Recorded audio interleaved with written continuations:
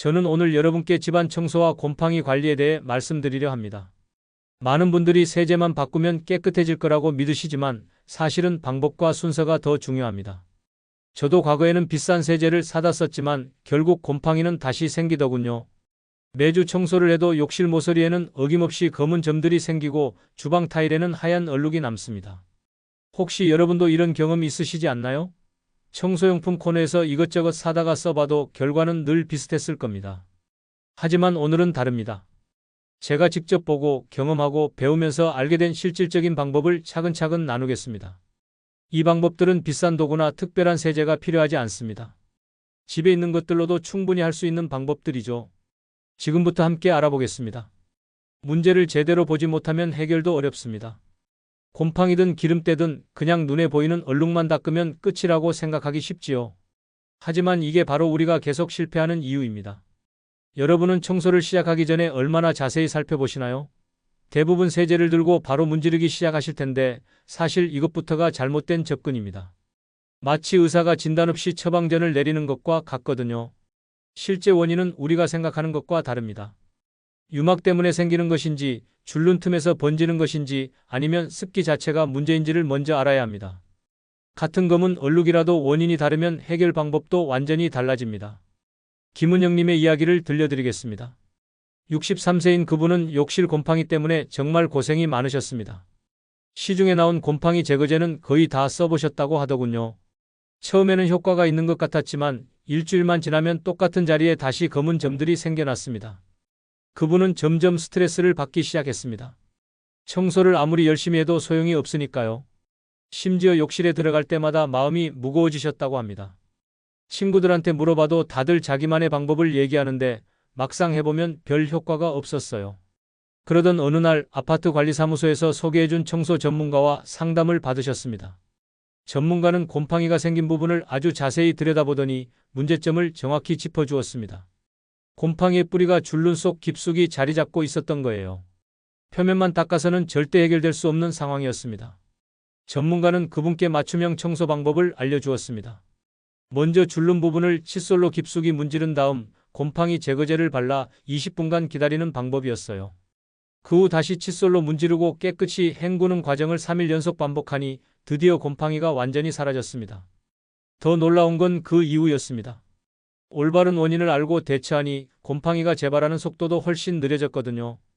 김은영님은 이제 한 달에 한 번만 관리해도 깨끗한 욕실을 유지하고 계십니다. 이 사례에서 핵심은 바로 정확한 진단이었습니다. 해결책은 의외로 간단합니다. 청소하기 전에 표면을 진단하는 습관을 가지는 겁니다. 줄눈인지 타일인지 유막인지 먼저 살피는 것이죠. 마치 의사가 환자를 진찰하듯이 말입니다. 실천 팁을 구체적으로 드리면 청소 전 5분만 투자해 눈으로 꼼꼼히 살펴보시고 습한 구역은 작은 메모로 표시해 두시면 좋습니다. 어떤 곳에 어떤 종류의 오염이 있는지 파악하는 거예요. 이 작은 진단 습관이 청소의 성패를 좌우합니다. 5분의 관찰이 이 시간의 헛된 노력을 막아줄 수 있거든요. 우리가 흔히 세제만 뿌리면 다 해결된다고 생각합니다. 광고에서도 뿌리기만 하면 저절로 깨끗해지는 것처럼 보여주니까요. 하지만 실제로는 마찰력, 즉 손과 도구가 더 큰 역할을 합니다. 세제는 보조 역할일 뿐이에요. 혹시 여러분도 비싼 세제를 사서 뿌렸는데 전혀 안 닦여본 경험 있으시지 않나요? 그럴 때마다 세제가 나쁘다고 생각하기 쉽습니다. 하지만 대부분의 경우 세제 탓이 아니라 방법의 문제입니다. 기름때나 오래된 찌든 때는 표면에 강하게 달라붙어 있기 때문에 세제만으로는 떨어지지 않습니다. 마치 나무에 붙은 이끼처럼 뿌리를 깊이 내리고 있는 거예요. 이런 건 물리적인 힘으로 먼저 떼어내야 합니다. 이민수님의 경험담을 말씀드리겠습니다. 54세인 그분은 주방의 기름때 때문에 정말 고생하셨어요. 가스레인지 주변과 환풍기 필터가 특히 심했는데 아무리 강력한 세제를 써도 끈적끈적한 기름때가 없어지지 않았습니다. 처음에 그분은 여러 브랜드의 세제를 바꿔가며 써보셨어요. 인터넷에서 평점이 좋다는 제품들을 하나씩 주문해서 시도해봤지만 결과는 늘 비슷했습니다. 세제를 뿌리고 몇 분 기다린 다음 걸레로 살살 닦으면 겉표면만 약간 깨끗해질 뿐이었어요. 그분은 점점 포기하고 싶어졌습니다. 요리할 때마다 더러운 주방이 눈에 들어오니 기분도 좋지 않았고 손님이 오면 주방을 보여주기도 부끄러웠거든요. 그러던 중 딸이 와서 청소를 도와주게 되었는데 딸의 방법이 완전히 달랐습니다. 딸은 세제를 뿌리기 전에 먼저 수세미로 힘껏 문질러 기름때 표면을 긁어냈습니다. 그리고 나서야 알칼리성 세제를 뿌리고 다시 문질렀어요. 처음엔 이민수님이 그렇게 하면 싱크대가 상할까 봐 걱정하셨지만 의외로 아무 문제가 없었습니다. 결과는 놀라웠습니다. 몇 달간 쌓인 끈적한 기름때가 말끔히 사라진 거예요. 이민수님은 그제서야 깨달으셨습니다. 세제 탓이 아니라 방법의 문제였다는 걸요. 그 이후로는 일주일에 한 번씩 수세미로 먼저 문지른 다음 세제를 사용하니 주방이 늘 깨끗하게 유지되고 있습니다. 원인은 정말 단순합니다. 안 닦이는 것은 세제가 나쁘거나 부족한 게 아니라 세제가 오염된 부분에 제대로 도달하지 못했기 때문입니다. 기름때나 때가 두껍게 쌓여 있으면 세제가 그 아래까지 스며들지 못하거든요. 따라서 해결책은 물리력 먼저 세제는 보조라는 원칙을 기억하는 겁니다. 마치 벽지를 떼어낼 때 표면을 긁어낸 다음 물을 뿌리는 것과 같은 이치예요. 순서를 바꾸면 효과가 전혀 다릅니다. 실천 팁은 이렇습니다. 첫째, 기름때가 있는 곳은 반드시 수세미로 먼저 문질러 보세요. 표면을 상하게 할까봐 걱정하지 마시고 적당한 힘으로 긁어내는 겁니다. 둘째, 손목이 아프지 않도록 가볍게 원을 그리듯 3분 정도만 반복하세요. 너무 오래 하면 피곤하니까요. 셋째, 물리적으로 제거한 다음에 세제를 사용하면 훨씬 적은 양으로도 효과를 볼 수 있습니다. 이 습관이 쌓이면 기름때는 훨씬 쉽게 사라지고 세제 비용도 줄일 수 있어요. 기름때 같은 유기물은 알칼리로 닦이지만 석회나 철분 같은 무기물은 또 다른 접근이 필요합니다. 많은 분들이 하나의 세제로 모든 걸 해결하려 하시는데 이게 바로 한계입니다. 화학적 성질이 다른 오염물질은 다른 방법이 필요해요. 여러분은 욕실이나 주방에서 하얀 자국이 남는 걸 보신 적 있으시죠? 아무리 세게 문질러도 없어지지 않는 그 얼룩 말입니다. 이럴 때 산성 린스가 해답입니다. 마치 샴푸 후에 린스를 쓰는 것처럼 알칼리 청소 후에는 산성으로 마무리하는 거예요. 정성호님의 사례를 들려드리겠습니다. 72세인 그분은 욕실 타일에 하얗게 남은 석회 얼룩 때문에 늘 속이 상하셨어요. 새 아파트로 이사 온 지 3년 정도 되었는데 처음에는 깨끗했던 타일이 점점 뿌옇게 변해갔거든요. 그분은 매주 욕실 청소를 빠뜨리지 않으셨습니다. 타일용 세제로 구석구석 닦고 곰팡이 제거제도 정기적으로 사용하셨어요. 하지만 하얀 얼룩만큼은 어쩔 수 없었습니다. 닦을 때는 조금 나아지는 것 같다가도 며칠 지나면 다시 원래대로 돌아왔거든요. 특히 샤워부스 유리문이 심했습니다. 처음에는 투명했던 유리가 점점 뿌연막이 생기더니 나중에는 반투명해질 정도였어요. 그분은 이게 노화 현상이라고 체념하고 계셨습니다. 아무리 열심히 해도 소용없으니까요. 그러던 중 아들이 인터넷에서 찾아본 방법을 알려주었습니다. 바로 구연산을 이용한 산성 청소였어요. 구연산 가루를 물에 타서 스프레이통에 넣고 알칼리 세제로 1차 청소를 한 다음에 뿌리는 방법이었습니다. 처음에는 반신반의했지만 시도해볼 만큼 간단해 보였어요. 정성호님은 먼저 평소처럼 알칼리 세제로 타일을 닦았습니다. 그 다음 구연산 용액을 뿌리고 5분 정도 기다렸다가 물로 헹궈냈어요. 결과는 놀라웠습니다. 3년간 쌓인 하얀 얼룩들이 거짓말처럼 사라진 거예요. 특히 샤워부스 유리문은 새 것처럼 투명해졌습니다. 그분은 왜 진작 이 방법을 몰랐을까 하고 아쉬워하셨어요. 더 좋은 건 그 이유였습니다. 산성 린스를 정기적으로 사용하니 표면에 코팅 효과가 생겨서 새로운 얼룩이 생기는 속도도 훨씬 느려졌거든요. 이제는 한 달에 2번만 산성 린스를 사용해도 욕실이 깨끗하게 유지됩니다. 원인을 이해하면 해결책이 명확해집니다. 유기물과 무기물은 화학적 성질이 완전히 다릅니다. 기름때는 알칼리로 분해되지만 석회나 녹은 산으로 녹여야 해요. 마치 얼음은 따뜻한 물로 설탕은 찬물로도 녹는 것처럼 말이죠. 그래서 해결책은 샴푸와 린스처럼 2단계로 나누는 겁니다. 먼저 알칼리로 1차 청소를 하고 산성으로 2차 마무리를 하는 거예요. 이렇게 하면 유기물과 무기물을 모두 깨끗하게 제거할 수 있습니다. 실천 팁을 구체적으로 드리면 첫째, 구연산 가루 1스푼을 물 500ml에 녹여서 스프레이통에 보관하세요. 이게 가장 경제적이고 효과적입니다. 둘째, 산성 린스를 사용하실 때는 꼭 물로 충분히 헹궈주세요. 산성 성분이 남아있으면 금속 부분을 부식시킬 수 있거든요. 셋째, 청소 후에는 코팅제가 들어간 제품을 써서 표면을 보호해 보시길 권합니다. 왁스처럼 얇은 막을 만들어주니까 다음 청소가 훨씬 쉬워져요. 이 과정 하나로 결과가 확 달라집니다. 곰팡이는 보기 싫을 뿐 아니라 건강에도 좋지 않습니다. 특히 호흡기가 약한 분들에게는 더욱 해롭죠. 이럴 때 흔히 사용하는 게 락스인데 효과는 확실하지만 사용법을 잘못 알면 위험할 수 있습니다. 혹시 여러분도 락스와 다른 세제를 함께 사용해 보신 적 있으신가요? 더 강력할 거라고 생각해서 말이에요. 하지만 이건 정말 위험한 일입니다. 자칫하면 유해가스가 발생할 수 있거든요. 이윤정님의 이야기를 들려드리겠습니다. 67세인 그분은 욕실 곰팡이를 없애려다가 큰일 날 뻔한 경험을 하셨어요. 평소 깔끔한 성격이신 그분은 욕실 구석에 생긴 검은 곰팡이가 영 신경 쓰이셨거든요. 어느 날 그분은 욕실 청소를 하면서 평소보다 더 확실하게 없애보려고 생각하셨습니다. 먼저 곰팡이 제거용 세제를 뿌리고 문지른 다음 락스까지 부어서 더 강력하게 만들어 보려 한 거예요. 더 깨끗해질 거라고 생각하셨거든요. 하지만 세제와 락스가 섞이자마자 이상한 냄새가 나기 시작했습니다. 코를 찌르는 매운 냄새였어요. 그분은 처음에는 세제 냄새려니 하고 계속 청소를 하려 했는데 점점 숨이 답답해지고 기침이 나오기 시작했습니다. 다행히 그때 마침 아들이 집에 와서 상황을 보고 당황했어요. 아들은 즉시 그분을 욕실 밖으로 나오게 하고 환풍기를 틀어 환기를 시켰습니다. 그리고 나서야 이윤정님은 자신이 얼마나 위험한 상황에 있었는지 알게 되었어요. 아들이 설명해준 바에 따르면 락스는 염소계 표백제인데 다른 세제와 섞이면 염소가스가 발생할 수 있다고 했습니다.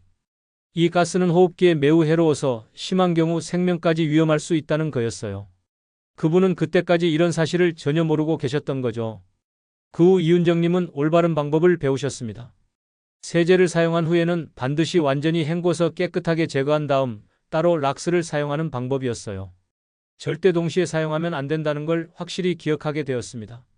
새로운 방법으로 청소해보니 효과도 더 좋았습니다. 세제로 먼저 표면의 오염물질을 제거한 다음 깨끗이 헹구고 락스를 단독으로 사용하니 곰팡이가 훨씬 깔끔하게 없어졌어요. 무엇보다 안전하게 사용할 수 있어서 마음도 편했습니다. 원인은 간단하지만 중요합니다. 락스는 염소계 표백제로 다른 세제와 절대 섞이면 안 됩니다. 특히 산성 세제와 만나면 염소가스가 발생하는데 이건 정말 위험해요. 화학 반응으로 생기는 가스라서 환기가 잘 안 되는 욕실에서는 더욱 주의해야 합니다. 따라서 해결책은 세제와 락스를 반드시 분리해서 사용하는 겁니다. 마치 약을 먹을 때 서로 상극인 약을 따로 먹는 것처럼 말이에요. 순서를 지키고 중간에 깨끗이 헹구는 게 핵심입니다. 실천 팁은 3가지입니다. 첫째, 락스를 쓸 때는 물 10대 락스 1 비율로 희석하세요. 원액 그대로 쓰면 너무 강해서 타일이나 금속 부분이 손상될 수 있어요. 둘째, 락스 도포 후엔 10분에서 15분 정도 환기를 꼭 해주세요. 냄새가 빠질 때까지 기다리는 게 좋습니다. 셋째, 락스 사용 전후로는 반드시 손을 깨끗이 씻고 가능하면 고무장갑을 끼세요. 피부에 직접 닿으면 자극을 받을 수 있거든요.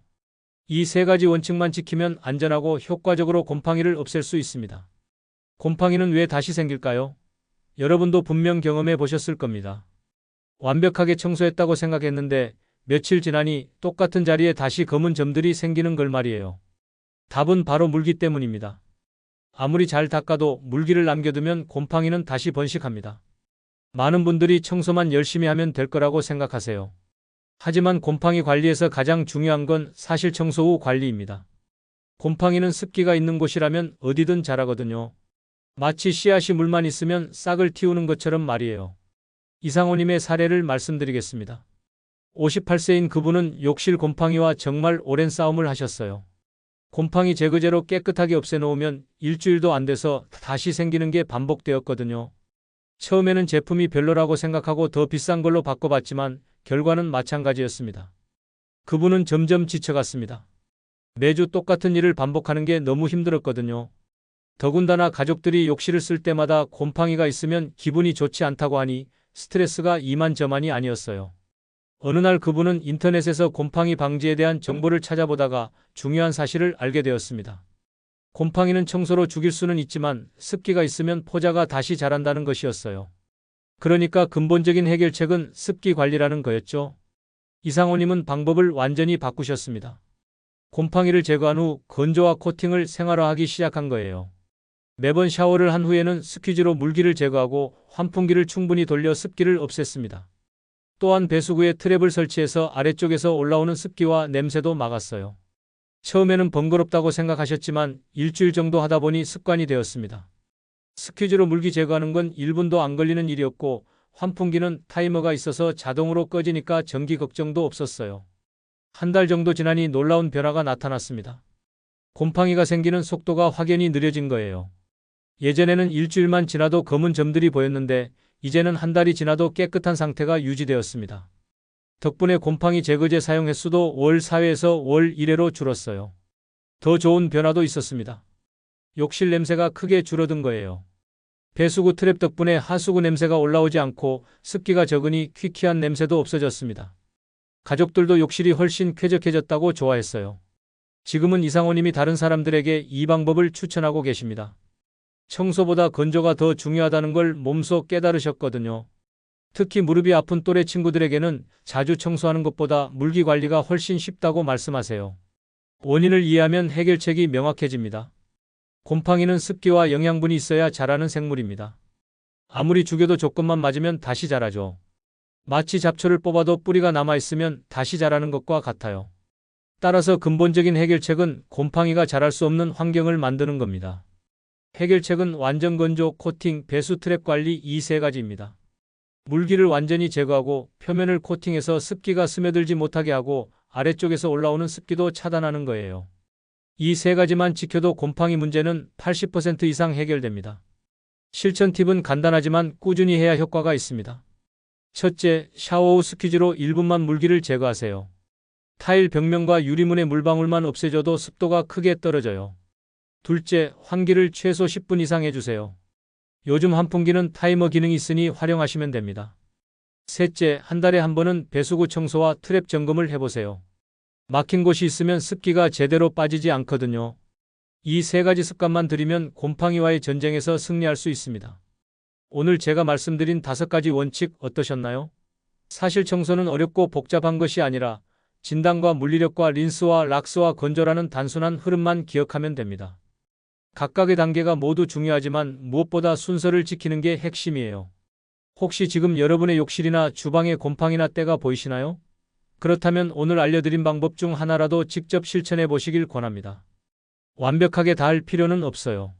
한 가지씩 천천히 시도해 보시면 됩니다. 제가 오늘 소개해드린 분들처럼 처음에는 모든 게 번거롭게 느껴질 수 있습니다. 하지만 일주일만 해보시면 습관이 되고 한 달만 지나면 그 효과를 확실히 느끼실 거예요. 무엇보다 매번 힘들게 청소하는 시간이 줄어들어서 훨씬 편해지실 겁니다. 깨끗한 집은 단순히 보기 좋은 것만이 아닙니다. 건강한 삶의 시작이에요. 곰팡이나 세균이 없는 환경에서 생활하면 호흡기 건강도 좋아지고 마음도 편안해집니다. 또한 깨끗한 공간에서는 요리나 목욕 같은 일상의 즐거움도 더 커지죠. 여러분도 이 작은 실천들로 더 건강하고 편안한 일상을 누리시길 바랍니다. 청소는 어려운 일이 아니라 우리 삶을 더 풍요롭게 만드는 습관입니다. 오늘부터 하나씩 시작해보세요. 분명 좋은 변화를 경험하실 거예요.